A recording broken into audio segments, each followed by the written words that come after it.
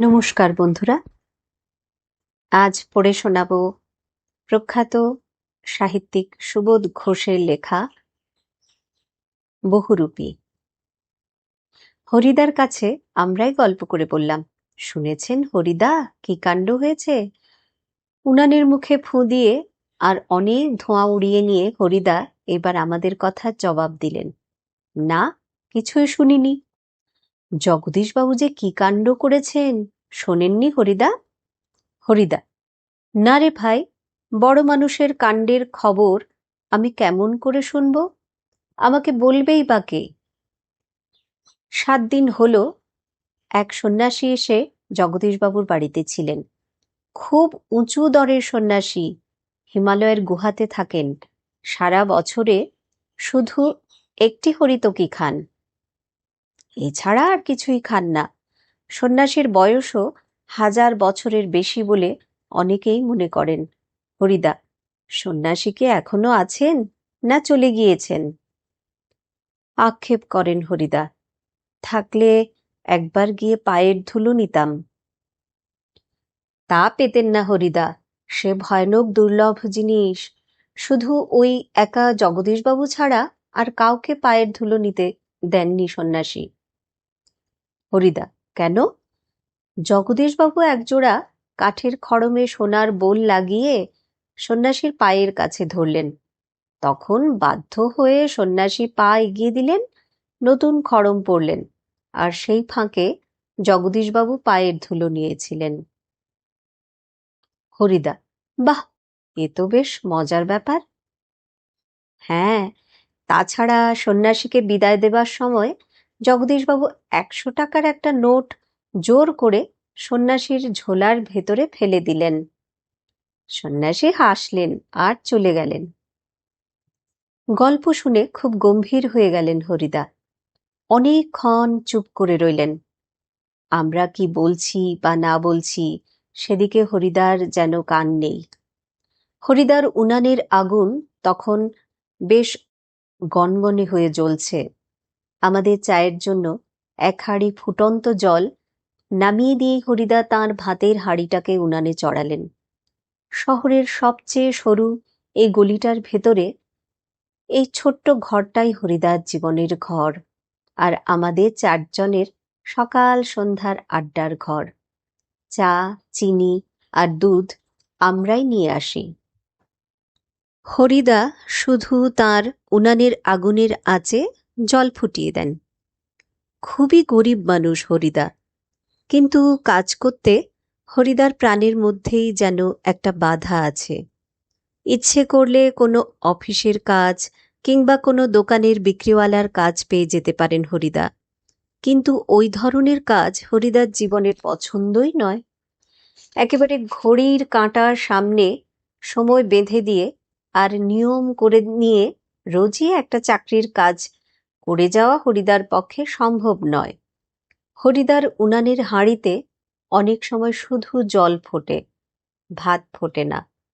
তাই একঘেয়ে অভাবটাকে সহ্য করতে হরিদার আপত্তি নেই, কিন্তু একঘেয়ে কাজ করতে ভয়ানক আপত্তি। হরিদার জীবনে সত্যি একটা নাটকীয় বৈচিত্র্য আছে, আর সেটাই যে হরিদার জীবনের পেশা। হরিদা মাঝে মাঝে বহুরূপী সেজে যেটুকু রোজগার করেন তাতেই তাঁর ভাতের হাঁড়ির দাবি মিটিয়ে দিতে চেষ্টা করেন। মাঝে মাঝে সত্যিই উপোস করেন হরিদা। তারপর একদিন হঠাৎ আবার এক সকালে কিংবা সন্ধ্যায় বিচিত্র ছদ্মবেশে অপরূপ হয়ে পথে বের হয়ে পড়েন। কেউ চিনতে পারে না, যারা চিনতে পারে 1 আনা 2 আনা বকশিশ দেয়। যারা চিনতে পারে না তারা হয় কিছুই দেয় না, কিংবা বিরক্ত হয়ে 2-1 পয়সা দিয়ে দেয়। একদিন চকের বাস স্ট্যান্ডের কাছে ঠিক দুপুর বেলাতে একটা আতঙ্কের হল্লা বেজে উঠেছিল। একটা উন্মাদ পাগল, তার মুখ থেকে লালা ঝরে পড়ছে, চোখ দুটো কটকটে লাল, তার কোমরে একটা ছেঁড়া কম্বল জড়ানো, গলায় টিনের কৌটার একটা মালা। পাগলটা একটা থান ইট হাতে তুলে নিয়ে বাঁশের ওপরে বসা যাত্রীদের দিকে তেড়ে যাচ্ছে। চেঁচিয়ে উঠছে যাত্রীরা, দুটো একটা পয়সা ফেলেও দিচ্ছে।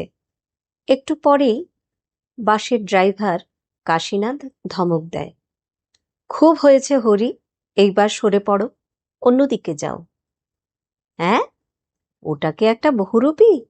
বাসের যাত্রীরা কেউ হাসে, কেউ বা বেশ বিরক্ত হয়, কেউ আবার বেশ বিস্মিত। সত্যি খুব চমৎকার পাগল সাজতে পেরেছে তো লোকটা। হরিদার জীবন এই রকম বহু রূপের খেলা দেখেই একরকম চলে যাচ্ছে। এই শহরের জীবনে মাঝে মাঝে বেশ চমৎকার ঘটনা সৃষ্টি করেন বহুরূপী হরিদা। সন্ধ্যার আলো সবেমাত্র জ্বলেছে, দোকানে দোকানে লোকজনের ব্যস্ততা আর মুখরতাও জমে উঠেছে। হঠাৎ পথের ওপর দিয়ে ঘুঙুরুর মিষ্টি শব্দ রুমঝুম করে বেজে বেজে চলে যেতে থাকে। এক রূপসী বাইজি প্রায় নাচতে নাচতে চলে যাচ্ছে। শহরে যারা নতুন এসেছে তারা দুই চোখ বড় করে তাকিয়ে থাকে, কিন্তু দোকানদার হেসে ফেলে। হরির কাণ্ড! এটা একটা বহুরূপী নাকি? কারো কারো মুগ্ধ চোখের মোহভঙ্গ হয়, আর যেন বেশ একটু হতাশ স্বরে প্রশ্ন করে ওঠে। বাইজির ছদ্মবেশে সেদিন হরিদার রোজগার মন্দ হয়নি। মোট ৮ টাকা ১০ আনা পেয়েছিলেন। আমরাও দেখেছিলাম। এক একটা দোকানের সামনে গিয়ে দাঁড়াচ্ছে সেই রূপসী বাইজি, মুচকি হেসে আর চোখ টিপে একটা ফুল সাজিয়ে এগিয়ে দিচ্ছে। দোকানদারও হেসে ফেলে আর একটা সিকি তুলে নিয়ে বাইজির হাতের ফুল সাজির ওপর ফেলে দেয়। কোনোদিন বাউল, কোনোদিন কাপালিক, কখনো বোঁচকা কাঁধে বুড়ো কাবুলিওয়ালা, কখনো হ্যাট, কোট, প্যান্টলুন পরা ফিরিঙ্গি কেরামেন সাহেব। একবার পুলিশ সেজে দয়ালবাবু লিচু বাগানের ভেতরে দাঁড়িয়েছিলেন হরিদা। স্কুলের 4টে ছেলেকে ধরেছিলেন।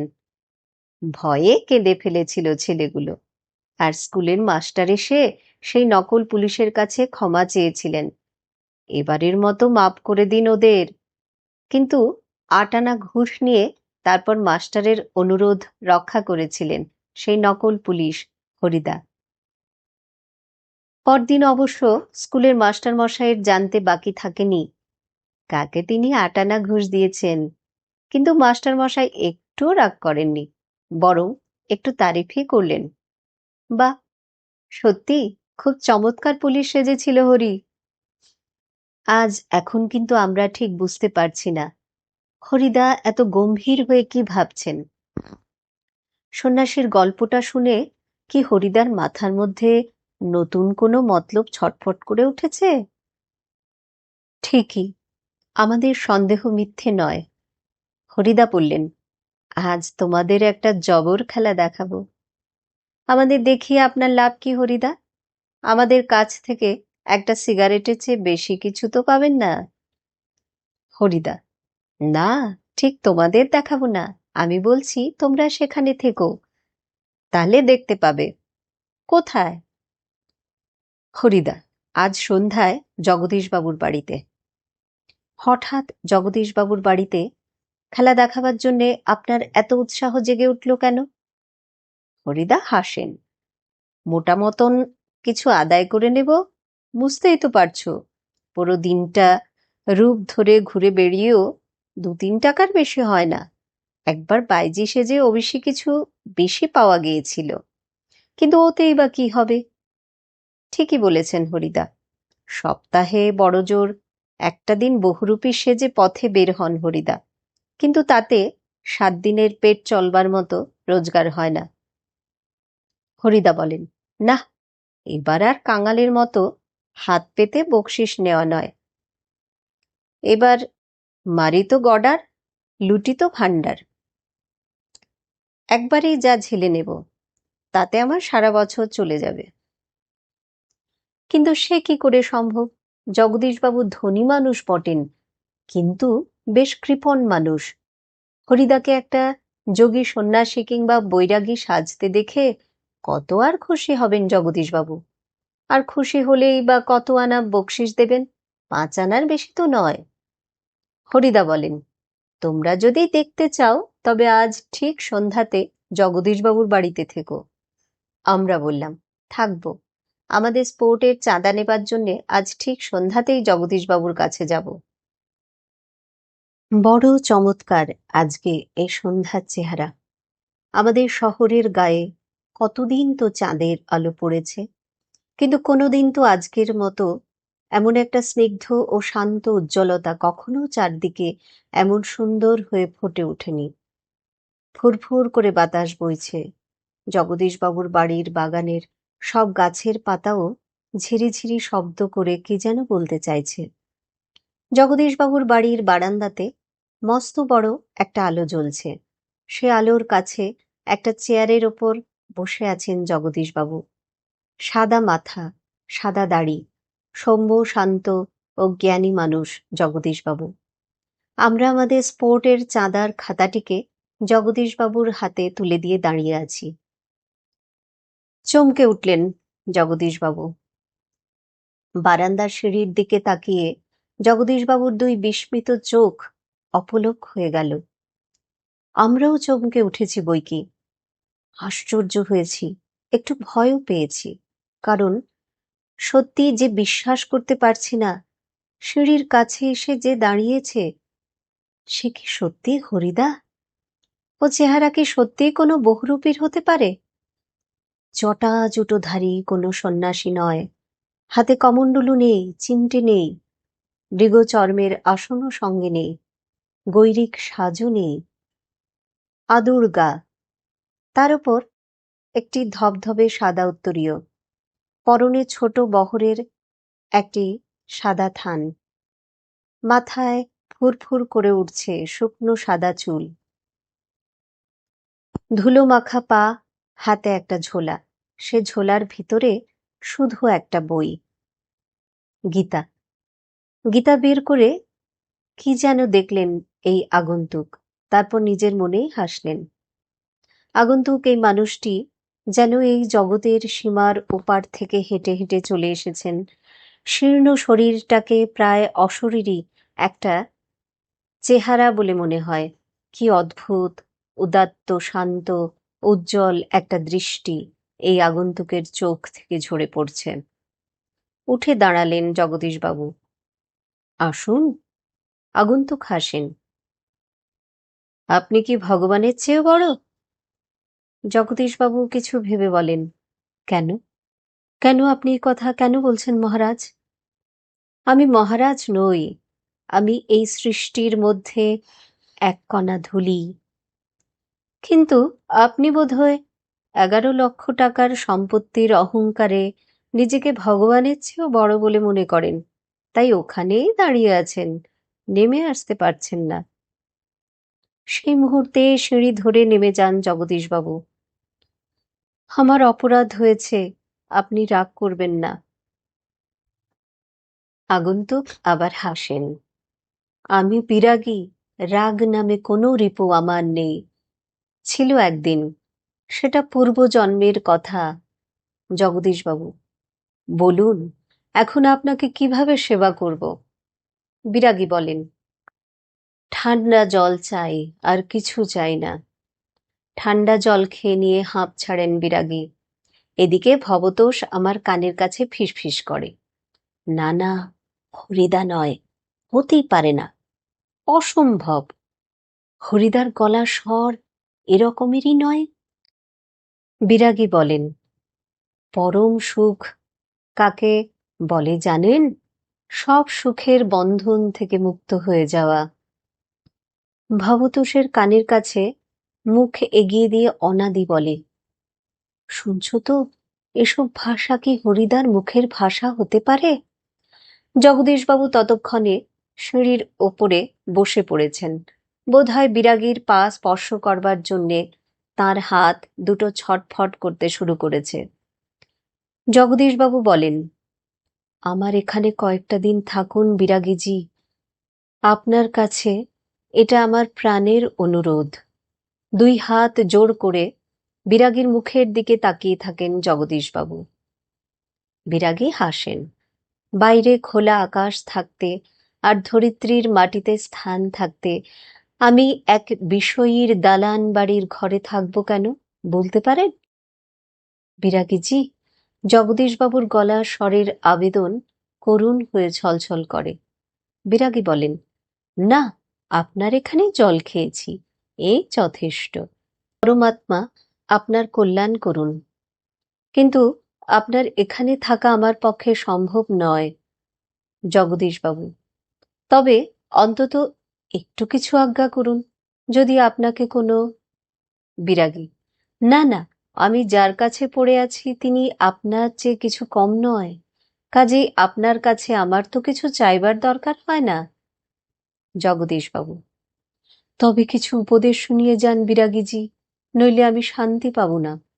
বিরাগী, ধন জন যৌবন কিছুই নয় জগদীশবাবু, ওসব হলো সুন্দর সুন্দর এক একটি বঞ্চনা। মন প্রাণের সব আকাঙ্ক্ষা নিয়ে শুধু সেই একজনের আপন হতে চেষ্টা করুন, যাকে পেলে এই সৃষ্টির সব ঐশ্বর্য পাওয়া হয়ে যায়। আচ্ছা, আমি চলি। জগদীশবাবু বলেন, আপনি একটা মিনিট থাকুন বিরাগীজি। সিঁড়ির ওপরে অচঞ্চল হয়ে একটা মিনিট দাঁড়িয়ে রইলেন বিরাগী। আজকে চাঁদের আলোর চেয়েও স্নিগ্ধ হয়ে এক জ্যোৎস্না যেন বিরাগীর চোখ থেকে ঝরে পড়ছে। ভবতোষ ফিসফিস করে, না না, ওই চোখ কি হরিদার হতে পারে? অসম্ভব। জগদীশবাবুর হাতে একটা থলি, থলির ভেতরে নোটের তাড়া। বিরাগীর পায়ের কাছে থলিটাকে রেখে দিয়ে ব্যাকুল স্বরে প্রার্থনা করেন জগদীশবাবু, এই প্রণামী, এই সামান্য 101 টাকা গ্রহণ করে আমাকে শান্তি দান করুন বিরাগীজি। আপনার তীর্থ ভ্রমণের জন্য এই টাকা আমি দিলাম। বিরাগী হাসেন, আমার বুকের ভেতরেই যে সব তীর্থ, ভ্রমণ করে দেখবার তো কোনো দরকার হয় না। জগদীশবাবু, আমার অনুরোধ বিরাগীজি। বিরাগী বলেন, আমি যেমন অনায়াসে ধুলো মাড়িয়ে চলে যেতে পারি, তেমনই অনায়াসে সোনাও মাড়িয়ে চলে যেতে পারি। বলতে বলতে সিঁড়ি থেকে নেমে গেলেন বিরাগী। 101 টাকার থলিটা সিঁড়ির ওপরেই পড়ে রইল। সেদিকে ভুলেও একবার তাকালেন না বিরাগী। কি করছেন হরিদা, কি হলো? কই, আজ যে বলেছিলেন জবর খেলা দেখাবেন, সে কথাকে ভুলেই গেলেন? আজকে সন্ধ্যাটা ঘরে বসে কাটিয়ে দিলেন কেন? বলতে বলতে আমরা সবাই হরিদার ঘরের ভিতরে ঢুকলাম। হরিদার উনানের আগুন তখন বেশ গনগনে হয়ে জ্বলছে। উনানের উপর হাঁড়িতে চাল ফুটছে, আর একটা বিড়ি ধরিয়ে নিয়ে হরিদা চুপ করে বসে আছেন। আমাদের দেখতে পেয়েই লজ্জিতভাবে হাসলেন। কি আশ্চর্য, চমকে ওঠে ভবতোষ। হরিদা, আপনি তাহলে সত্যি বের হয়েছিলেন? আপনি বিরাগী? হরিদা হাসেন, হ্যাঁ রে ভাই, ওই তো সেই সাদা উত্তরীয়টা পড়ে রয়েছে মাদুরের ওপর, আর সেই ঝোলাটা, আর সেই গীতা। অনাদি বলে, এটা কি কাণ্ড করলেন হরিদা? জগদীশবাবু তো অত টাকা সাধলেন, অথচ আপনি একেবারে খাঁটি সন্ন্যাসীর মতো সব তুচ্ছ করে সরে পড়লেন। হরিদা, কি করব বলো, ইচ্ছে হলো না, শত হোক। ভবতোষ, কি?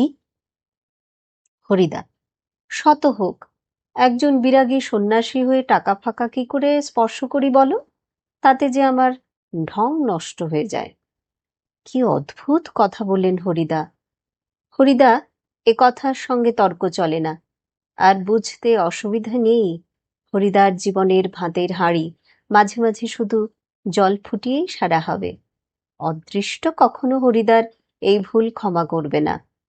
অনাদি বলে, কিন্তু আপনি কি জগদীশবাবুর কাছে গিয়ে আর কখনো? চেঁচিয়ে ওঠে, হেসে ওঠেন হরিদা। যাবই তো, না গিয়ে উপায় কি? গিয়ে অন্তত বকশিসটা তো দাবি করতে হবে। বকশিস?